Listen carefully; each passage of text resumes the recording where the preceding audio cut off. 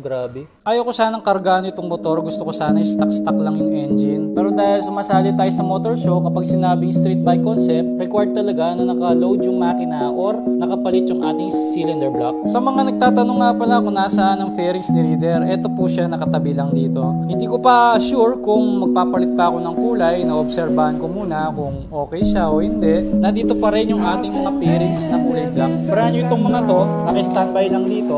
Anytime na may matakuha akong kulay, ready na para i-repaint. Dito sa mga pairings dati ni Reader na ng carbon fiber, hindi ko sure kung anong gagawin ko sa mga to dahil hindi ko na ito ilalagay dahil ang gusto natin is screen look. Sa mga may interested dito sa pairings natin, i-PM nyo lang kami sa page at pag-usapan natin kung paano nyo makukuha yung mga pairings dati ni Reader. Sinali nga pala natin sa motor show kamakailan si Reader version 2 at ito nga pala yung mga trophy nakuha niya. Kahit pa paano, naka-anim si Reader.